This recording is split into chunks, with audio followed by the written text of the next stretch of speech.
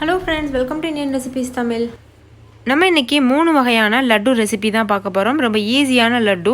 இது வந்து கிருஷ்ண ஜெயந்திக்காக நம்ம ஸ்பெஷலாக பார்க்குறோம். கிருஷ்ண ஜெயந்தி வரப்போகுது. ஃபஸ்ட்டு நம்ம பார்க்க போகிறது அவுள் லட்டு.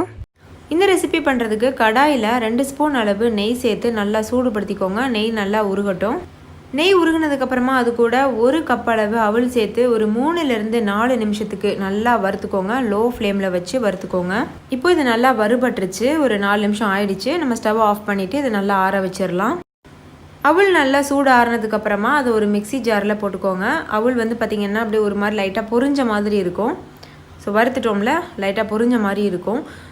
இது கூடவே நம்ம 3/4 கப் அளவுக்கு வெல்லம் சேர்த்துக்கலாம். பொடிச்ச வெல்லம் சேர்த்துக்கோங்க. அதாவது குட்டி குட்டியாக வந்து உடச்சிட்டு வெல்லத்தை அதை அளந்து சேர்த்துக்கோங்க. 3/4 கப் அளவு. அது கூடவே வாசனைக்காக 1/2 ஸ்பூன் அளவுக்கு ஏலக்காய் தூள், அதே மாதிரி 2 ஸ்பூன் அளவு துருவின தேங்காய். நான் ஒரு ஸ்பூனாக தனியாக எடுத்து வச்சுருக்கேன். ஸோ 2 ஸ்பூன் அளவு துருவின தேங்காய். இது வந்து வதக்கின தேங்காய். நீங்கள் வதக்கின தேங்காய் இல்லை அப்படின்னா தேங்காய் துருவல் வந்து நீங்கள் லைட்டாக வதக்கிக்கோங்க. வதக்கிட்டு சேர்த்துட்டு நல்லா இந்த மாதிரி நைஸாக அரைச்சிட்டு வந்துடலாம். இது ரொம்ப நைஸாக அரைக்க முடியாது. ஓரளவுக்கு லைட்டாக குறப்பாக தான் இருக்கும். அதுதான் இது ரொம்ப டேஸ்ட்டும் கொடுக்கும். இப்போ இது ஒரு ஓரமாக இருக்கட்டும். மறுபடிக்கும் அதே கடாயில் 2 ஸ்பூன் நெய் சேர்த்துக்கோங்க. அதில் கொஞ்சம் போல் முந்திரி, கொஞ்சம் போல் உலர் திராட்சை, இது 2த்தையும் சேர்த்து நல்லா வறுத்தரலாம். உலர் திராட்சை வந்து நல்லா பஃபியாக வர வரைக்கும், நல்லா பலூன் மாதிரி வரும்ல, அது வரைக்கும் வறுத்தரலாம். முந்திரியும் திராட்சையும் நல்லா வறுபட்டுருச்சு. இப்போ இது கூட நம்ம அரைச்சி வச்சுருக்க அவல் அந்த மிக்சர் இருக்குல்ல, அதை சேர்த்துடலாம். சேர்த்துட்டு நல்லா கலந்து விட்டுக்கோங்க. இப்போ ஸ்டவ் ஆஃப் பண்ணிடுங்க. அவளுடைய அந்த அரைச்ச அவளை சேர்த்ததுமே நம்ம வந்து ஸ்டவ் ஆஃப் பண்ணிடணும். சூடு இருக்கக்கூடாது. ஸ்டவ் ஆஃப் பண்ணிவிட்டு இதை நல்லா கலந்துட்டு இதை நல்லா ஆற வச்சுருங்க. இப்போ இது நல்லா ஆறிடுச்சு. இதில் நம்ம உருண்டை பிடிச்சிக்கிறலாம். லட்டு மாதிரி வந்து எடுத்து நல்லா டைட்டாக உருண்டை பிடிச்சிக்கோங்க. நல்லா அந்த மாதிரி உருண்டையாக பிடிச்சிட்டிங்க அப்படின்னா பார்க்குறதுக்கும் அழகாக இருக்கும், பெர்ஃபெக்டாக இருக்கும். அதே சமயத்தில் குழந்தைங்கள்லேருந்து பெரியவங்க வரைக்கும் ரொம்ப விரும்பியும் சாப்பிடுவாங்க. அவ்வளோதான் ஃப்ரெண்ட்ஸ், நம்மளுடைய அவுள் லட்டு சூப்பராக தயாராகிடுச்சு பாருங்கள். நீங்களும் கண்டிப்பாக இதே போல் ட்ரை பண்ணி பாருங்கள். இதே போல் மீதி இருக்க எல்லா உருண்டைகளையும் நம்ம உருட்டி வச்சிடலாம். அவ்வளோதான் ஃப்ரெண்ட்ஸ், நம்மளுடைய அவுள் லட்டு வந்து தயாராகிடுச்சு. அடுத்த லட்டு எப்படி செய்கிறதுன்னு பார்க்கலாம். அடுத்து கிருஷ்ண ஜெயந்தி அன்னைக்கு செய்யக்கூடிய ரவா லட்டு எப்படி ஈஸியாக செய்கிறதுன்னு பார்க்கலாம். இந்த ரெசிபி பண்ணுறதுக்கு ஃபஸ்ட்டு ஒரு கடாயை சூடுபடுத்திக்கோங்க. அதில் 1 ஸ்பூன் அளவுக்கு நெய் சேர்த்துக்கோங்க. நம்மளுக்கு திடீர்னு வந்து லட்டு சாப்பிடணும்னு ஆசையாக இருக்கும். இல்லை நம்ம குழந்தைங்க வந்து லட்டு செஞ்சு கொடுமா அப்படின்னு சொல்லி கேட்பாங்க. ஸோ அந்த மாதிரி சமயங்களில் என்ன செய்கிறதுன்னு யோசிக்காமல் சட்டுன்னு இந்த லட்டுவை வந்து செய்து கொடுங்க. இது பண்ணுறதும் ரொம்ப ஈஸி, அதே சமயத்தில் டேஸ்ட்டும் அட்டகாசமாக இருக்கும். குழந்தைங்க ரொம்ப என்ஜாய் பண்ணி சாப்பிடுவாங்க. குழந்தைங்க மட்டும் இல்லை, பெரியவங்களும் ரொம்ப என்ஜாய் பண்ணி சாப்பிடுவாங்க. இப்போது நல்லா வந்து அந்த நெய் உருகிடுச்சு. இதில் நம்ம 1 கப் அளவுக்கு ரவை சேர்த்துக்கிறலாம். நம்ம உப்புமாவுக்கு வறுக்கிற மாதிரி ரவையை வந்து வறுக்கக்கூடாது. இதில் எப்படி வறுக்கணும் அப்படின்னா நல்ல லோ ஃப்ளேமில் வச்சுட்டு கைவிடாமல் கலந்துகிட்டே இருக்கணும். அந்த நெய்யிலுடைய ஹீட்டிலேயே இது வந்து நல்லா வறுப்படும். கலர் சேஞ்ச் ஆகிடவே கூடாது. கலர் சேஞ்ச் ஆயிடுச்சு அப்படின்னா பார்க்குறதுக்கு அவ்வளோ நல்லா இருக்காது ஃப்ரெண்ட்ஸ். ஸோ கலர் சேஞ்ச் ஆக விடாமல் கைவிடாமல் நல்லா இந்த மாதிரி கிளறிட்டே இருங்க. இது வந்து ஒரு நிமிஷத்துக்கு நீங்கள் வறுத்தீங்கன்னாலே போதும். இப்போ 1 நிமிஷம் இதை நல்லா வறுத்தாச்சு. இது கூட நம்ம நட்ஸு வந்து சேர்த்துக்கிறலாம். நான் வந்து கிஸ்மிஸ், பாதாம், முந்திரி இதெல்லாம் வந்து கொஞ்சம் கொஞ்சமாக எடுத்து சின்னதாக வந்து பிச்சு வச்சுருக்கேன். ஸோ அதை வந்து நான் சேர்த்துருக்கேன். சேர்த்துட்டு நல்லா அந்த மாதிரி கலந்து விட்டுக்கோங்க. உங்களுடைய விருப்பத்தின் ஏற்றவாறு நீங்கள் வந்து நட்ஸ் நிறையா சேர்த்துக்கலாம், இல்லை குறைவாக சேர்த்துக்கலாம். அடுத்தது 1 கப் அளவு நம்ம சுகர் சேர்த்துக்கிறலாம். நீங்கள் வந்து நல்ல இனிப்பு பிரியர் அப்படின்னா 1 கப் அளவு சேர்த்துக்கோங்க. இல்லை மீடியமாக சாப்பிடுவீங்க, நார்மலாக சாப்பிடுவீங்க அப்படின்னா ஒரு 3/4 கப் அளவு சேர்த்துக்கோங்க. ஏன்னா 1 கப் அளவு நம்ம சேர்க்கும்போது நல்லாவே தித்திப்பாக இருக்கும். அதனால் அதுக்கு மீறி வந்து சேர்த்துடாதீங்க. ஸோ 1 கப் சேர்த்துட்டு நல்லா வந்து கலந்து விட்டுக்கலாம். உங்களுக்கு வந்து சீனி சீக்கிரம் கரையணும் அப்படின்னு நினச்சிங்கன்னா மிக்சி ஜாரில் போட்டு நல்லா அரைச்சிட்டு கூட நீங்கள் சேர்த்துக்கிறலாம். இந்த மாதிரி முழுசாக வந்து நம்ம போடும்போது அது கரையிறதுக்கு கொஞ்சம் லேட் ஆகும்.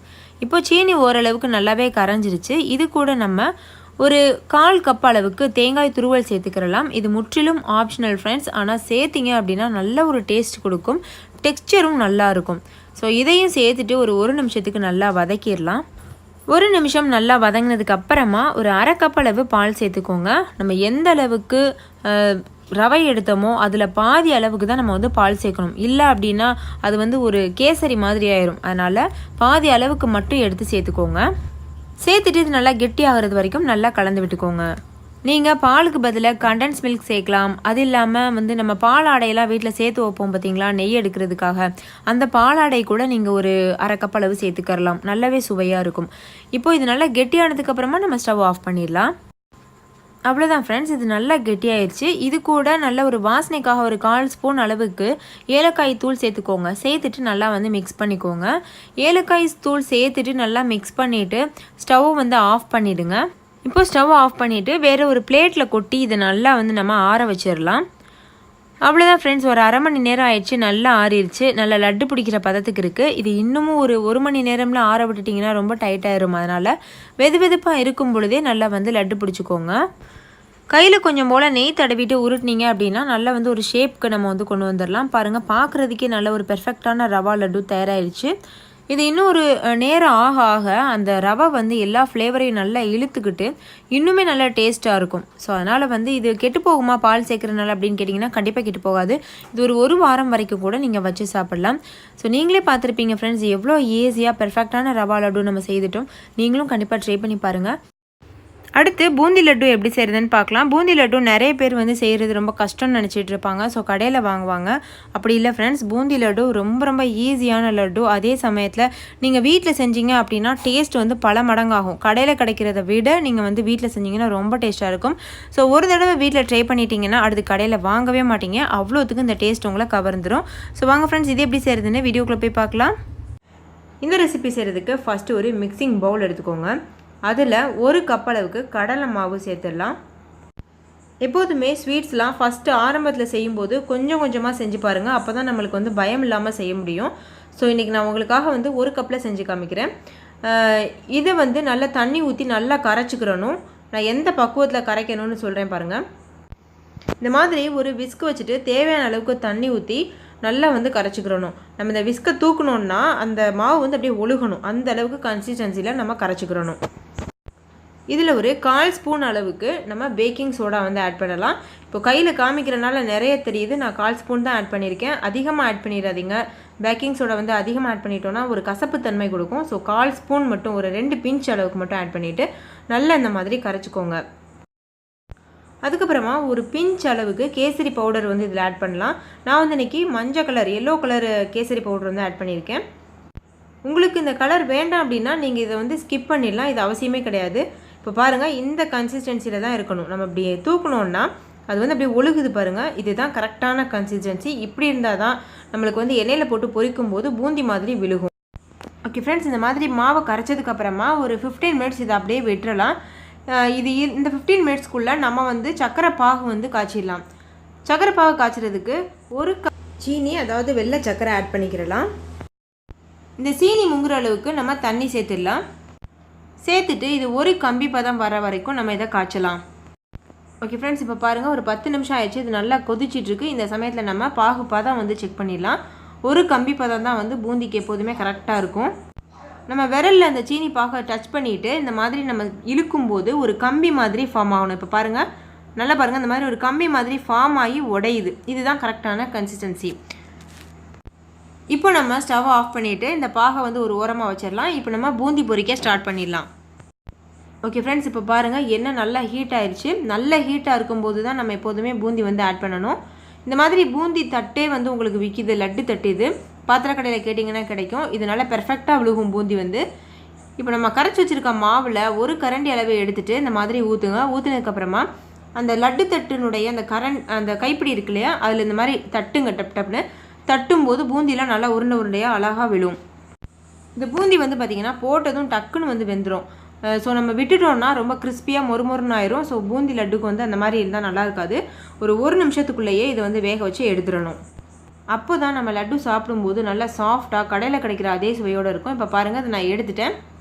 இது இந்த மாதிரி ஒரு அரிக்கரண்டி வச்சு அரிச்சிட்டு நீங்கள் வந்து எண்ணெயில் நல்லா வடிச்சிடுங்க. வடித்ததுக்கப்புறமா நம்ம செஞ்சு வச்சுருக்கோம் இல்லையா பாகு, சீனி பாகு, அதில் இதை ஆட் பண்ணிடுங்க. நல்லா ஞாபகம் இருக்கட்டும், நம்ம இந்த பூந்தியை ஆட் பண்ணும்போது அந்த சீனி பாகு வந்து கொஞ்சம் சூடாக இருக்கணும். உங்களோட சீனி பாகு வந்து ஆறி இருந்துச்சுன்னா கொஞ்சமாக சூடு பண்ணிக்கோங்க. சூடு பண்ணிவிட்டு பொரிச்சு வச்சுருக்க பூந்தியெல்லாம் வந்து இதில் ஆட் பண்ணிவிட்டு நல்லா மிக்ஸ் பண்ணிடுங்க. ஓகே ஃப்ரெண்ட்ஸ், இப்போ பாருங்கள், நான் எல்லா பூந்தியுமே வந்து பொரிச்சு எடுத்துகிட்டு அந்த சீனி பாகில் ஆட் பண்ணிவிட்டு இப்போ நல்லா கிண்டிகிட்ருக்கேன். இதை இப்படியே நம்ம லட்டு மாதிரி பிடிச்சோன்னா வராது. ஸோ நம்ம என்ன பண்ணணும்னா கொஞ்சம் போல் பூந்தி, ஒரு 2 கரண்டி அளவுக்கு பூந்தி எடுத்துகிட்டு மிக்ஸி ஜாரில் போட்டு நல்லா அரைச்சிக்கோங்க. ஓகே ஃப்ரெண்ட்ஸ், இப்போ பாருங்கள், நான் வந்து மிக்ஸி ஜாரில் ஒரு 2 கரண்டி அளவு பூந்தி எடுத்து போட்டுட்டேன். இப்போ அதை அரைச்சிட்டு வந்துடலாம். இப்போ பாருங்கள், நான் பூந்தி நல்லா அரைச்சிட்டு வந்துட்டேன். இதில் சேர்த்துட்டு நம்ம நல்லா வந்து கைட்டையே பிசைஞ்சு விட்டுடலாம். நல்லா கைட்டையை நல்லா அழுத்தி பிசைஞ்சிட்டு லட்டு மாதிரி உருட்ட ஆரம்பிச்சிடலாம். லட்டு மாதிரி உருட்டுறதுக்கு முன்னாடி நம்ம இதில் 2-3 ஏலக்காயை நச்சு இதில் ஆட் பண்ணிடலாம். அதுக்கப்புறமா நெய்யில் வறுத்த முந்திரி அந்த நெய்யோடையே சேர்த்து ஆட் பண்ணிடுங்க. அப்போ தான் அந்த நெய்யுடைய மனம் வந்து நம்ம லட்டு சாப்பிடும்போது ரொம்பவே ஒரு சூப்பரான டேஸ்ட் கொடுக்கும். இப்போ இது எல்லாத்தையும் நல்லா மிக்ஸ் பண்ணிவிட்டு நம்ம லட்டு மாதிரி உருட்ட ஆரம்பிச்சிடலாம். ஓகே ஃப்ரெண்ட்ஸ், இப்போ பாருங்கள், நான் கைட்டையே நல்லா பிசைஞ்சு வச்சுருக்கேன். இப்போ ஒரு கைப்பிடி அளவு இந்த பூந்தியை எடுத்துகிட்டு நல்லா இந்த மாதிரி உருட்டுங்க. நம்ம இதில் நெய்யில் பொரித்த முந்திரிலாம் ஆட் பண்ணியிருக்கோம். ஸோ நெய்யும் ஆட் பண்ணியிருக்கோம். அதனால் நம்மளுக்கு கையிலலாம் நெய் தடவ வேண்டிய அவசியமே இல்லை. நார்மலாக எடுத்து இந்த மாதிரி உருட்டினாலே சூப்பரான ஒரு ரவுண்ட் ஷேப் கிடைக்கும் நம்மளுக்கு. இதே மாதிரி மிச்சம் இருக்கிற அந்த பூந்திகளையும் நம்ம வந்து லட்டுவாக பிடிச்சி வச்சிடலாம். இந்த தீபாவளிக்கு இதே மாதிரி நீங்களும் சூப்பரான ட்ரெடிஷ்னலான பூந்தி லட்டு செஞ்சு அசத்துங்க. பூந்தி லட்டு பிடிக்காதவங்க யாருமே இருக்க முடியாது. இனிமேல் நம்ம கடைக்கு போய் வாங்கி தான் சாப்பிடணும் அவசியம் கிடையாது. நம்மளுக்கு ஆசை வந்ததுன்னா டக்குன்னு நம்ம வீட்டிலேயே செஞ்சிடலாம். இந்த லட்டு செய்கிறதுக்கு எனக்கு மேக்ஸிமம் 1/2 மணி நேரம் தான் செலவானுச்சு. ஸோ கண்டிப்பாக இதை ட்ரை பண்ணி பாருங்கள் ஃப்ரெண்ட்ஸ். ட்ரை பண்ணி பார்த்துட்டு எப்படி இருந்ததுன்னு கமெண்ட்டில் என் கூட ஷேர் பண்ணுங்கள். உங்களுக்கு இந்த வீடியோ பற்றி ஏதாவது டவுட் இருந்ததுன்னா கமெண்ட்டில் கேளுங்க. கண்டிப்பாக நான் ரிப்ளை பண்ணுவேன். இந்த வீடியோவை முடிஞ்ச அளவுக்கு உங்கள் ஃப்ரெண்ட்ஸ், ஃபேமிலி, ரிலேட்டிவ்ஸ் கூட நிறைய ஷேர் பண்ணுங்கள். இந்த வீடியோ உங்களுக்கு பிடிச்சிருந்துச்சுன்னா இந்த வீடியோ கீழே லைக் பட்டன் இருக்குது. ஸோ லைக் பட்டன் கிளிக் பண்ண மறந்துடாதீங்க. இன்னொரு அற்புதமான வீடியோவோட நான் உங்களை சந்திக்கிறேன். தேங்க்யூ, பாய்.